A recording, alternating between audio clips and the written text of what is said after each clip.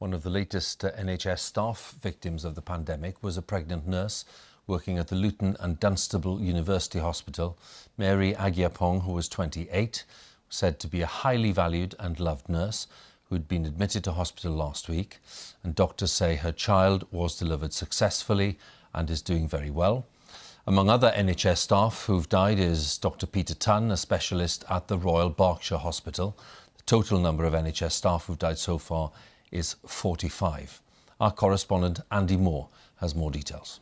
A hospital like many across the country dealing with a surge of coronavirus patients. Luton and Dunstable University Hospital has seen dozens of deaths from COVID-19. On Sunday they lost one of their own.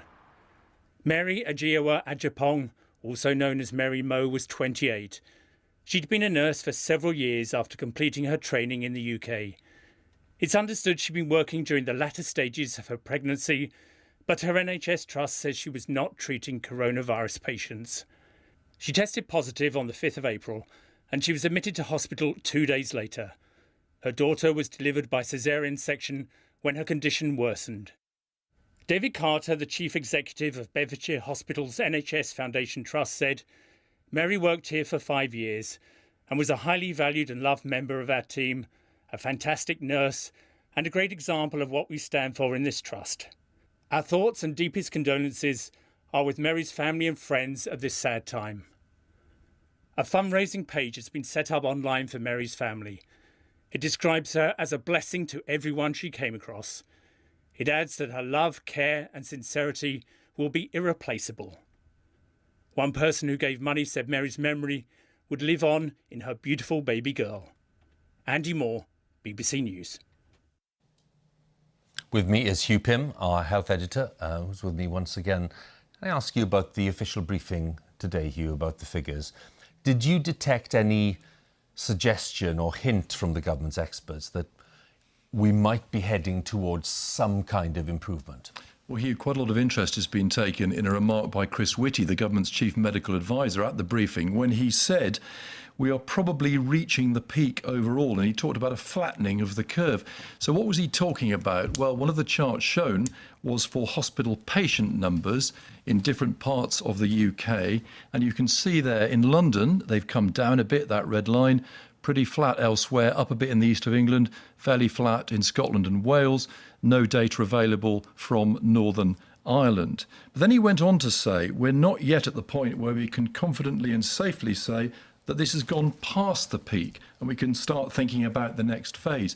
He in fact warned that death numbers may go up in the next few days, the death toll. He talked about it bouncing back, possibly even tomorrow, because of a delay in registering deaths over the bank holiday weekend. And I think the tone from him and other government officials is they really don't want people to start thinking there's light at the end of the tunnel. They want people to realise that the peak may last for a little while. And there's no suggestion based on any of this that any of the current guidelines should be relaxed. Hugh, once again, thanks very much. Hugh Pym there, our health editor. Well, a partnership between clinicians and university researchers and industry, which we reported on a few weeks ago, has now resulted in the production of 10,000 breathing aids for coronavirus patients who are seriously ill. This afternoon, Mercedes Formula One completed manufacture of the continuous positive airway pressure, or CPAP devices, which were designed in partnership with engineers at University College London.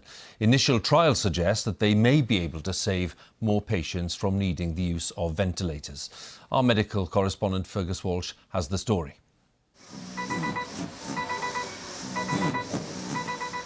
This is the stark reality of intensive care in this time of coronavirus. Royal Surrey County Hospital in Guildford has many critically ill patients on ventilators. I just remember it being really, really difficult to breathe, and it would hurt to breathe. It's horrible. It literally scared me. I thought that was it when they were taking me away. Tim Hall is over the worst. The 37-year-old spent 4 days on an alternative breathing device known as CPAP, which pushes oxygen under pressure into the lungs. It meant he didn't need to go on a ventilator, which requires sedation. There you go, nice deep breaths for me. Good man. being able to know what's going on and who's around you, and that, again, I think makes a big difference. So being awake was a massive thing. The CPAP devices have been manufactured by Mercedes Formula One in Northamptonshire, quite a contrast to their usual job of designing engines for motor racing. They've just finished an order of 10,000 of them for the NHS. It was done in partnership with engineers at University College London, who modified and improved an existing design. The manufacturing process has been made freely available. As a consortium, we're really dedicated to supporting the global efforts around COVID, and in response to that, we released all of the designs and manufacturing processes for the device at zero cost. Since then, we've approved over 1,300 downloads of these designs, and that's across 25 countries. The more of these devices that are made available, the less pressure there'll be on ventilators, a limited resource which are needed for the most severely ill patients. All the medical staff on intensive care at Royal Surrey must wear full protective clothing because of the danger of infection. They know all too well the threat posed by coronavirus. So you can see clearly the difference between the normal CT scan here and this CT scan with COVID pneumonia. In the sickest patients, coronavirus causes severe pneumonia.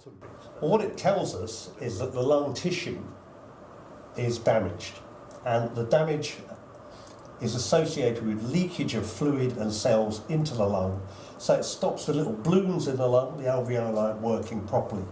And you can see this is really quite significant. All this is abnormal tissue here. National data shows that of more than 1,600 coronavirus patients in intensive care who finished treatment, around half have died, but an even higher number remain in critical care, their outcome still uncertain. Doctors trialling the CPAP device hope it will mean more patients will survive, like Tim, who has this message on social distancing. And anything you think that is worth going outside for, it's not. Not when you could, as I say, potentially see your kids for that last time, or, you know, or even a week or so without them. It's hard enough. So that pint of milk, whatever it is, it's not worth it. The CPAP machine was approved by medical regulators in just days. That's in stark contrast to several new models of ventilator, including one by Dyson, none of which have received the go-ahead for use in the NHS. Fergus Walsh, BBC News.